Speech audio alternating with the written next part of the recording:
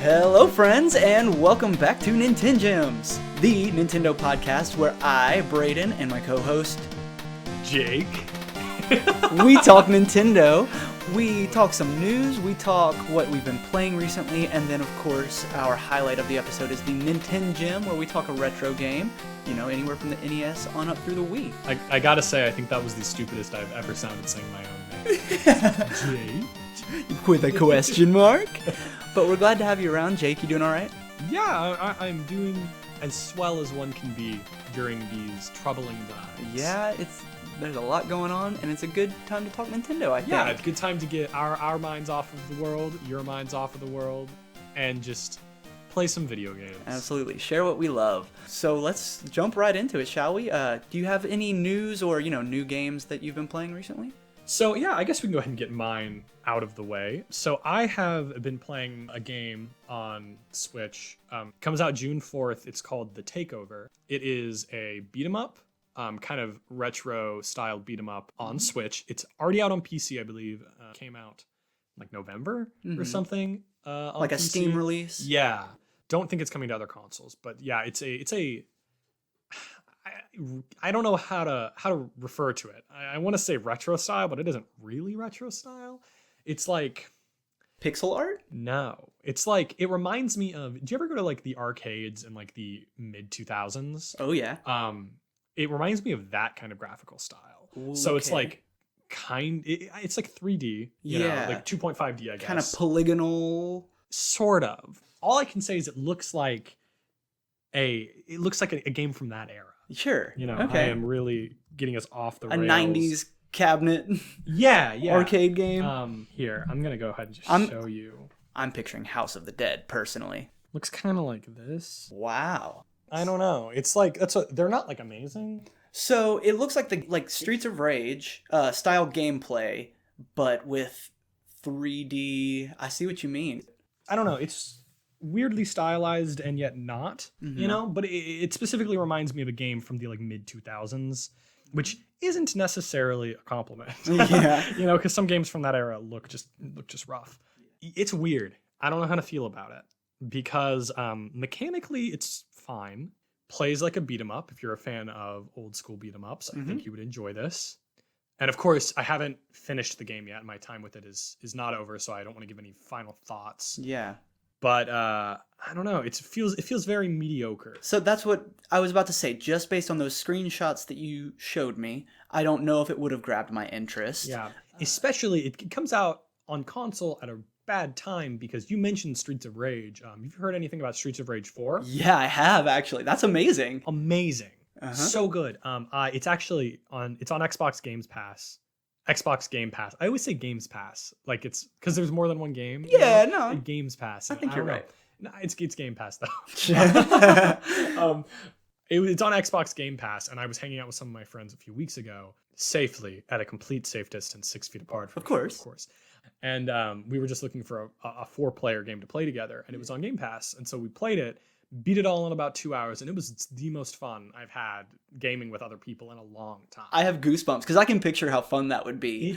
It was amazing. The graphics are amazing. The gameplay is amazing. The story is fun. Streets of Rage, like if I had to rate it, like I'd probably give it like a 9 or a 9.5. Like awesome. For what it is, I'm not a huge beat 'em ups fan. Yeah. Because we beat it in like 2.5 hours. Yeah, so a game that you can beat in that long, it's like whatever. But for this game, The Takeover, to come out so short after that, it really pales in comparison. Yikes. Especially, also, it has a story, in between stages, and the story has these like stylized cartoon art style that really do not mesh at all with what you just saw, like the actual graphics. Oh, bizarre. So from what I'm seeing, it looks like the cutscenes and the story bits look even more drawn and flat and comic-like, whereas the graphics try and take on this 3D-ish. Yeah. And the reason that is I was looking into it. So the game is made by one person. The whole thing is made by one person. Which is impressive enough. And it was found by a YouTuber. I forget his name, but it's a pretty big one. And he does the What Happened series, if you've ever seen that. People that are listening might hear. But I like him. Gotcha. And he found it and was like, oh, this is good mechanically, but it's like lacking in story. So he asked if he could write the story. So he did. And then he like contracted voice actors and stuff. Wow. So the whole story part is kind of separate. You know, it was made by different people than the retroactively gameplay. Added in. Yeah, and it shows. You know, it just neither art style looks bad inherently, but they completely clash with each other. Yeah. Also, the like acting and stuff in the like cutscenes is like terrible. Shoot. Which is crazy because like the guy who plays the main like badass character is Takahata 101 from Dragon Ball Abridged fame, and he's I think he's a good actor. But I think he just does a really piss poor job in this and everything that I've seen so far. So like it's not bad mechanically. It's not terrible. I think it's like a $20 release. If you're like itching for like a more beat 'em up action, I mean this will give you more beat 'em up because mechanically it's fine, but it's just very average. You know, it's one of those games that I have to review that is really hard to go back to. Right. You know? I get started playing Persona. It's hard to go back to the average to get game. Back in, yeah. Sure. But yeah, that's the takeover. That's pretty much all I've been playing this week on Switch. I had my wisdom teeth removed early this week, so I kind of took a little break from reviewing and gaming. Like I mentioned, I've just been playing a lot of Persona 5 on my PlayStation, but that is non-Nintendo. Yeah. Back to Nintendo, though. It's not Nintendo exclusive, but I did mention in our last podcast a game called Bug Fables, The Everlasting Sapling. And I wish I would have heard and really listened to you back then, because now it's blowing up on the internet. Yeah. And I desperately want to dig into this game. Yes. So I did pick it up. It came out last Thursday, the 28th, I believe, of May. And so it had already been on Steam since last November, I believe. And it finally got a full console release just on Thursday for all three primary consoles. And its main gimmick, and it basically says so in the tagline, is it's a Paper Mario clone. But let me tell you, it is a Paper Mario clone and a bag of chips. Like, they took the art style. It is 2D flat characters in a 3D space.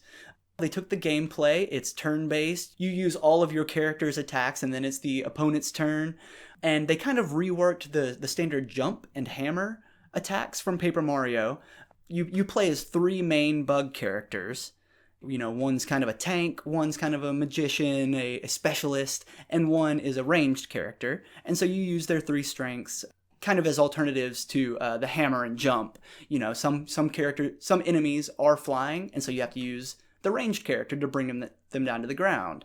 Some enemies have a shell, and so you have to use the close range tank bug to flip them over, and then the other, you know, your other teammates can attack them. So very reminiscent of Paper Mario. I'm about 3 hours in. I'm on chapter 2. They have it divided into chapters. And it is so full of heart. I can't believe it. So, you know, you can tattle the enemies in Paper Mario and learn their stats and their health and things like that. Depending on which of the three main characters that you tattle, they call it Spy in Bug Fables. But each character has its own description of the enemy. There's so much dialogue. I would be very interested in reading, you know, their script, how many words, you know, it covers, how many pages, because there's so many different interactions to be had depending on which character you're using at each time. And so, as you said, it is kind of blowing up. I paid $25 on the Switch. But yeah, it's a 40-hour game that I'm hearing. I can't speak highly enough of it. I'm constantly impressed by the spirit put behind it. They definitely love the Paper Mario series and are probably a little bummed that they announced the Origami King so close to the release of the Everlasting Sapling. But the thing is I think it's gonna work for its favor either way, because everyone on the internet is just blowing up about this game, being like, this is the Paper Mario game we've been waiting for. And Origami King, no matter how good it is or how bad it is, it's gonna be different. It's not gonna be that traditional Paper Mario experience that we all wish we could have. So this, even with that coming so soon here in, you know, a month and a half, 2 months, it's still not gonna be what those traditional Paper Mario fans want, which is what it seems like this game is. Sure, that's a great point. This is filling a gap that's been void for 10 years at least, Yeah. since since the More Thousand than Year that. Door. 16 years. Jeez. Actually. Can you believe that? And Thousand Year Door was 2004. that's wild. And Mm-hmm. so that standard formula, that Paper Mario formula that we thought was going to be carried on into the future, it disappeared, and now in 2020, Bug Fables is carrying on the torch, and it's really good. I highly recommend it. It's probably going to be my next project after I finish Persona 5 Royal. I review so many games for work, so I play so many games that I have to play, and I told myself you are going to finish Persona 5 Royal before you take on any other pet projects. Yeah. Hence, I think I said this to you last time. Hence why I haven't played Bug Fables. Hence why I haven't played Final Fantasy VII Remake. Hence why I haven't played Doom Eternal. All the big games that I'm not reviewing myself kind of falling to the wayside, but I definitely want to play this one. Now, the day of recording this, Xenoblade Chronicles Definitive Edition just came out. Have you picked that up yet? I have not picked it up yet. I do actually plan on trying to find the Definitive Works set, which is... like the collector's edition? Right. It comes with an art book, and that may be it. It's not too special, but I am interested in finding the Definitive Works edition. Where do you think you would find that? GameStop is willing to ship it, and so I think it may be a couple days before I'm able to sit down and play the game finally. Right. But yeah, it's on the way. Cool. Mine too. That might be another one that falls behind Bug Fables in that list. The thing is, I don't know how similar Xenoblade Chronicles 1 is to the second one, but I did pick up Xenoblade Chronicles 2 pretty close to its release, and I just couldn't get into it. I hated the combat system. So that's interesting. I have played Xenoblade Chronicles, the first one. Mm-hmm. I did not play 2. Is it sort of an open area and you move around and you have cooldown attacks? Yeah. What I didn't like about it is it felt like a game that played itself, you know? Because it's like, oh yeah, you do inputs to like do super moves, and maybe, I didn't get that far into it. So maybe you get deep into it and it gets more complicated, more involved, but it felt very early on. It was just like, oh, you run into an enemy and you just kind of sit there and watch your team attack. Right. And that just didn't engross me. And also the story early on just didn't really catch my attention either. So it really fell to the wayside for me. From the sounds of things, I do think the gameplay, the combat, will probably be pretty similar between the two. I know for Xenoblade Chronicles X, they branched out a little bit, and it was... more like live action. That's the one combat. With like the mech, right? Correct, yeah.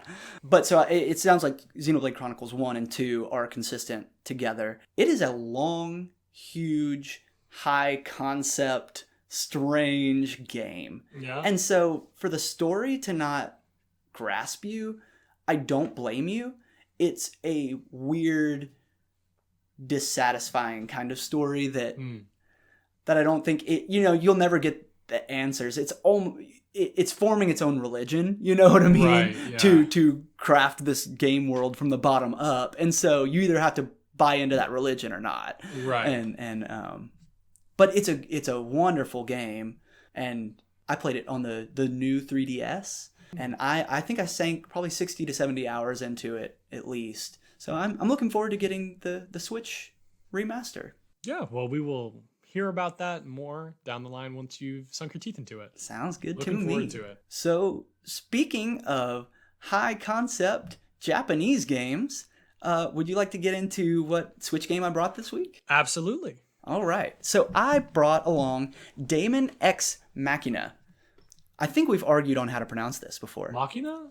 But the name Daemon X Machina, it does appear that it's a play on the Deus Ex Machina. Okay, so you do say the X. I do believe so. I think it's a play on words there. All right. So, all that said, I've been playing it recently. I actually got this game back when it came out for the Switch, I believe September or October of 2019. And I just never really got into it. I mentioned my backlog in the last episode, and it just got swept up into that backlog.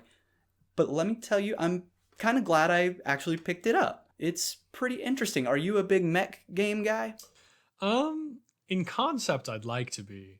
The idea of like being in a giant robot and fighting things sounds like a lot of fun. I haven't really played that many. The one that I messed around with the most was Gundam Breaker. Have you heard of that game? I haven't. It's a PS4 game where you play.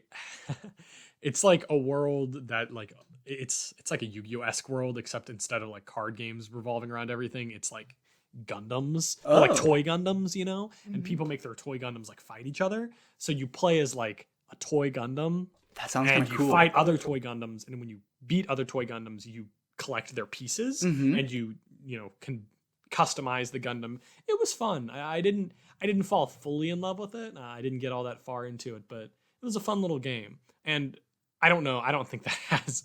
I don't really know if that has much to do with Daemon Ex Machina. I don't think it does. But that's the most Gundam giant robot game I've ever played. Well, that's a good way to lead into this. I think I would like to divide the game into two separate sections, and one being the robot combat aspect, and the other being the storyline, I guess. So let's start with the combat. So similar to how you kind of spoke about that Gundam game, there are so many different mech pieces to be collected. Your mech is entirely customizable. It's called an arsenal. Your personal mech is an arsenal, and as a pilot, you are called an outer. As you play the game, you start off with very basic weapons. You have a machine gun and a shield, but as you destroy other mechs, as you said in, your Gundam game, you start to collect their pieces. You collect arm pieces, leg pieces. You start to collect new weapons. It broadens out from just machine guns and shields. You start collecting swords, flamethrowers, sniper rifles, bazookas. It's an incredible ecosystem of weapons and customization options that you can implement. The only problem is, so far, I haven't felt a massive difference between many of the guns and many of the blades. They definitely play differently. The combat will require different actions of you, but the end result is the same. The combat always seems to end much too quickly. It doesn't really matter which weapon you choose. The enemies are going to go down in 10 seconds, and then the battle's over. Interesting. And so that's one of my bigger complaints, is that moving over into the story aspect of things, there seems to be way more context than there is actual gameplay. Right. Which, if you're into this world that Daemon Ex Machina puts together, there's a lot to be explored, but I don't find it that interesting. I see. They really throw you in the deep end, story-wise. They start giving you all these names for different factions, and then they start introducing the characters in those factions, and each one is a stereotypical kind of Japanese anime character. Like, they have the broody, oh, power is all that I am after, and I will defeat you if that's what it takes. Right. And then there's the, I just want to break things. And then there's the kind of cute girly girl, and and so very stereotypical characters. I want more of your voice acting, by the way. Let's make a game. A few more examples. Let's create a video game, and you do all the voices. That sounds terrible. But so there's just so much going on in this game, and a whole lot of it is done right. They thought of so much that I wouldn't have asked for. So just a basic example, there's dozens of right arms for you to equip to your mech that provide different stat changes and stat boosts. And traditionally, then you decide which kind of weapon you want to go in that right arm, be it a blade, sword, gun of some sort. However, I just today unlocked a gun arm. So you can instead have a cannon directly coming from your arm instead of having a hand with a weapon in it. It provides a little bit more power boost if you dedicate that right arm to a gun. And so I would never have thought of that. I don't know. I'm very impressed with just the breadth of the customization and the mech options, but then the gameplay just doesn't seem to provide enough opportunity for me to use it. Right. Now, Daemon Ex Machina seemed like a game that I would be into, and my attention was grabbed because I don't know if you remember, but probably last year, 2 or 3 of Nintendo's Directs, they highlighted this heavily, out of nowhere too. One of their Directs, it might have been their E3 Direct last year. One of their really big Directs was just literally began just out of the blue with this, like its announcement. And so it was like, oh, this is interesting, like a mech anime game published by Nintendo, like interesting. And I didn't pick it up mostly because I played the demo that was released a while ago, pretty well before its launch. Right. And it was more of a test fire than a demo. I think the game was even delayed because of the demo, because it had very negative reception. That's what I recall as well. I played it and I did not like the demo. Yeah, I didn't like the demo either. I really don't even remember why. I just remember it not being fun, because that's really how little. I started it. I like made a cutesy anime character in the character creator. Yeah. And I played with it for maybe 30 minutes to an hour and was like, nope, right. This is not it. And really my attention was lost from the game from then on. And that's why even when it was released, I didn't give it a second thought. And I don't know what you think, but it feels like the world also didn't give it a second thought, because I really feel like this game came and went with very little fanfare. You are definitely correct there. And which is strange, because I do see some pretty high reviews for it. When I scour the internet, it's generally well received as a full product, but you are correct. That demo was not well received, and I guess that's just testament to my dedication to Nintendo that I didn't like their demo and still bought the stupid game. Yeah. But I'm glad I don't know. I'm glad I did, but I'll tell you what, if you come straight out of that demo and go into the game, it still sucks just as bad. The first 2 or 3 hours were such a drag. Why is that? They start throwing all of this convoluted lore. The moon has fallen. The Outers have special powers. The AI are rising.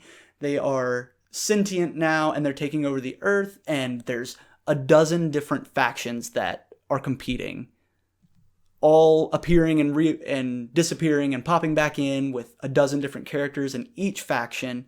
And it means something to me. I started the game 5 minutes ago. I don't know who these people are. Now, this sounds why I didn't really like Astral Chain.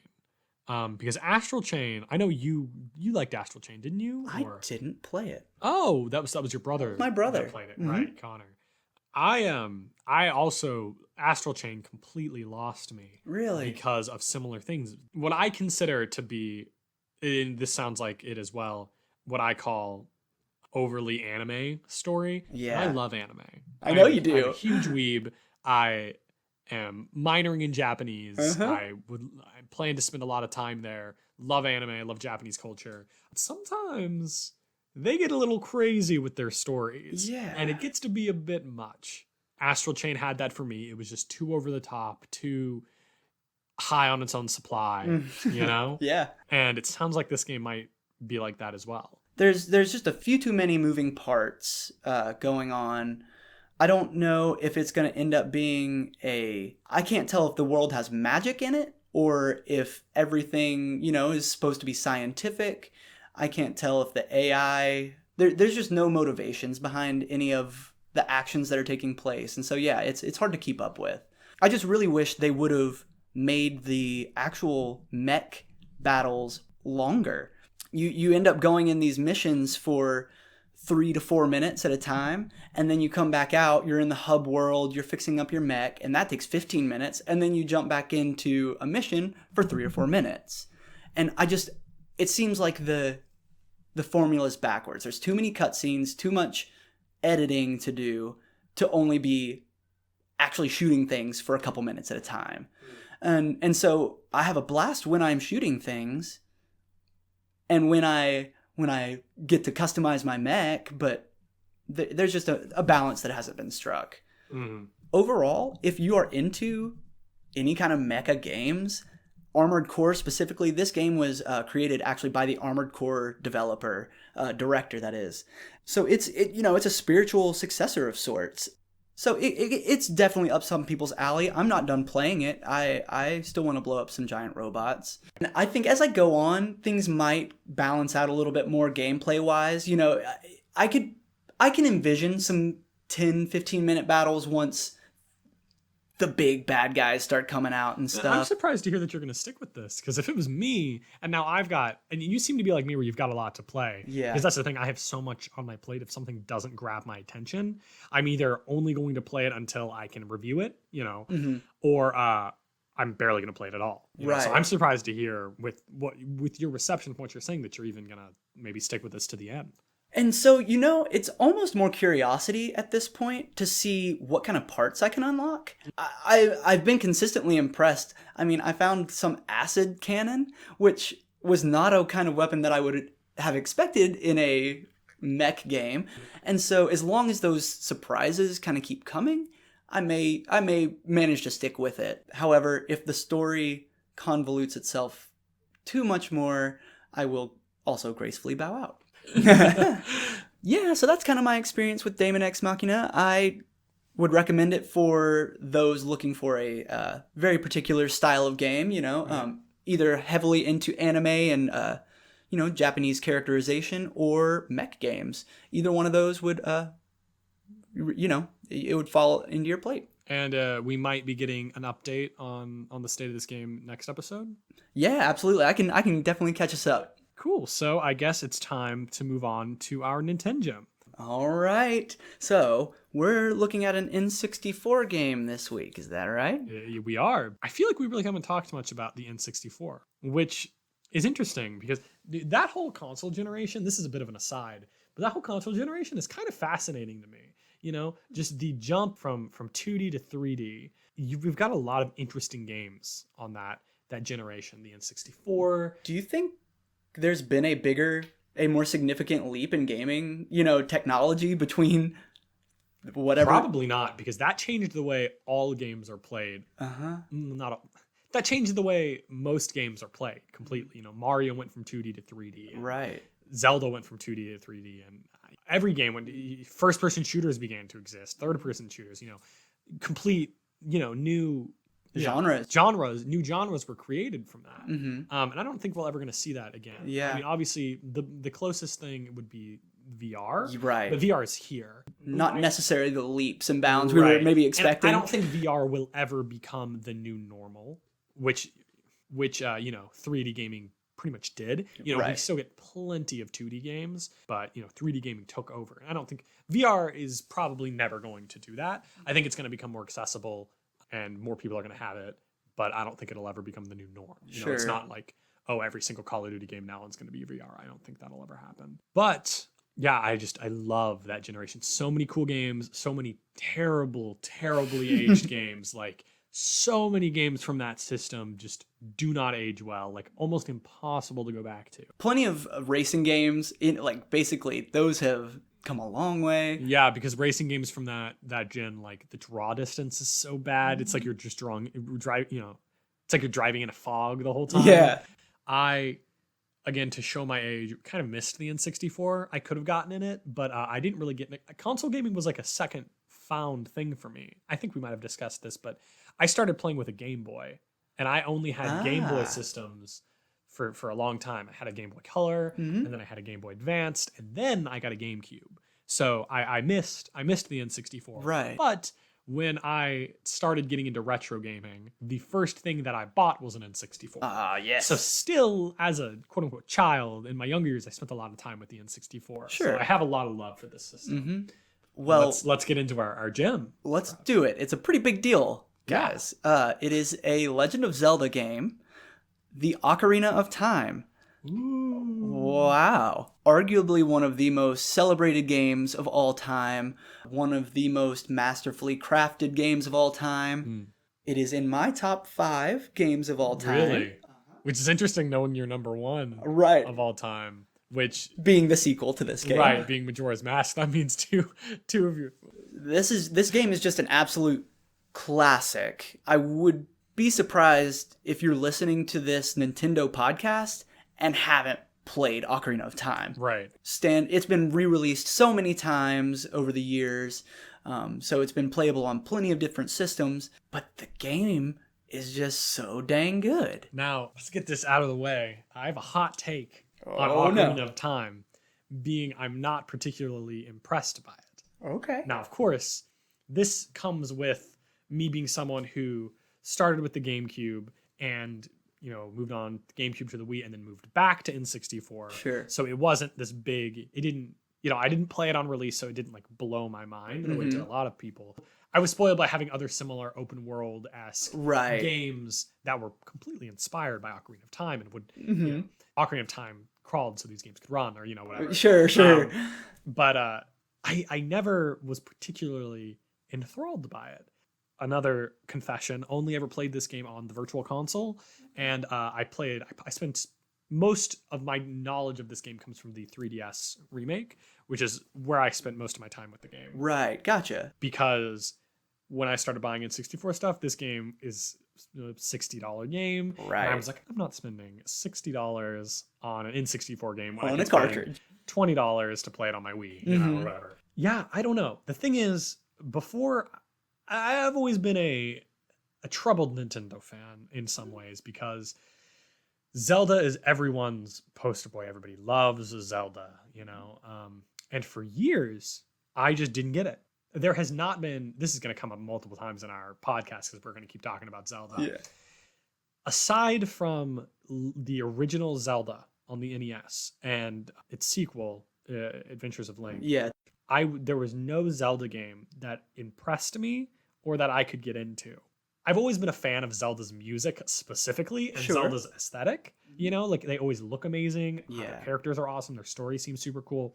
Some of the best music ever. Like I'm not even talking just gaming. Like some of these tunes, iconic, amazing. Absolutely. Like I would kill to go to like a live orchestra version because I know they did that for a little bit. And that would be so cool to go to. Did you go? I got to go. Oh my gosh, how was it? It was amazing. It was years ago now, but it was awesome. I would love to go to something like that.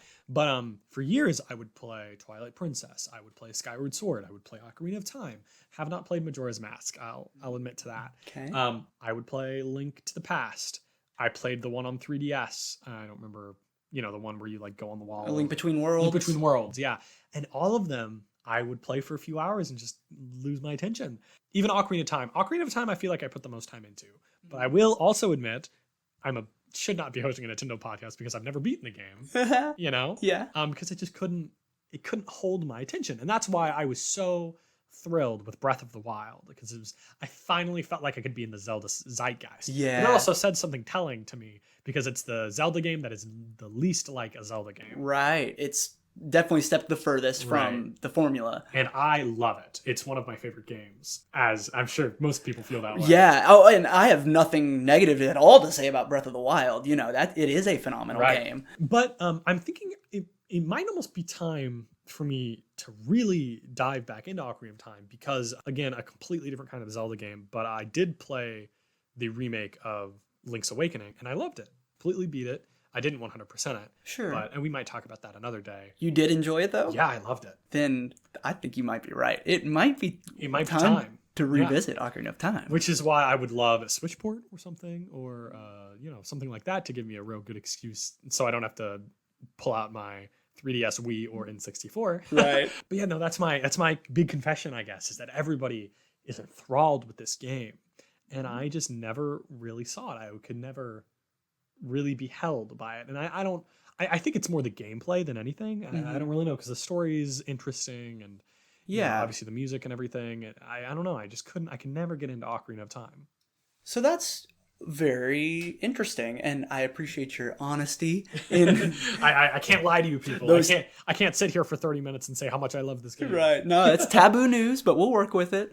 So beyond just what I recall as cool or neat as a kid, it implemented a mechanic called lock-on.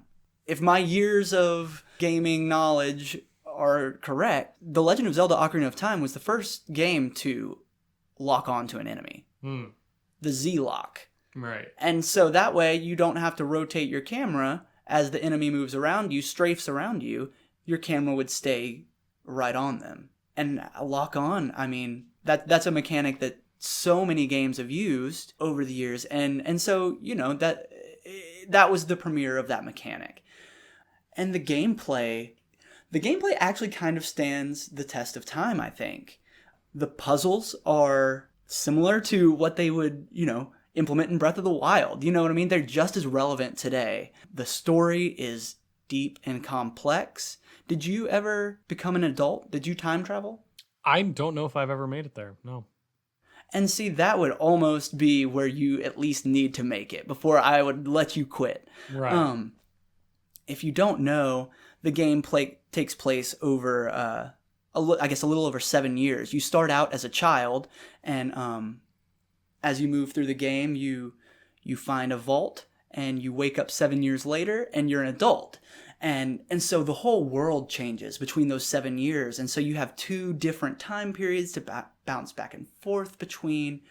Just an incredibly visionary game for not having many 3D games before that. You know, especially not a 3D Zelda game. They really brought to life what had been 2D only before. Right. Now, this is one of the first 3D games, if I'm aware, and again, I mean, if we had a big audience, I'm sure we'd be getting people commenting, right? Like, "No, you idiot! This obscure game was the first game to do lock on." This obscure. But I feel like this is the game that really popularized the 3D open world. Oh, I would agree with that. Super Mario 64 along with it, right?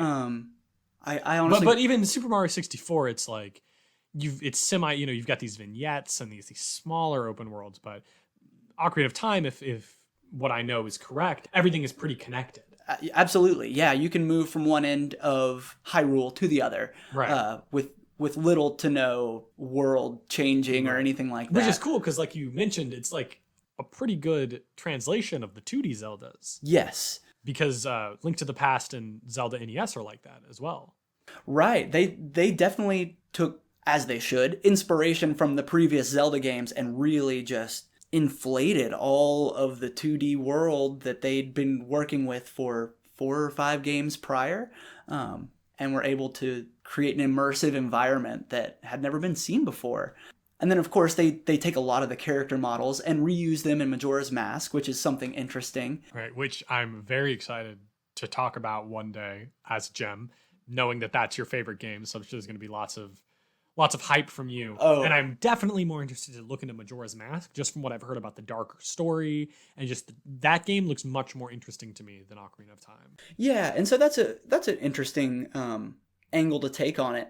I think if you are a Zelda fan, Ocarina of Time probably holds a sweeter spot when you think of the series as a whole, just because it created so much lore that the rest of the series revolves around.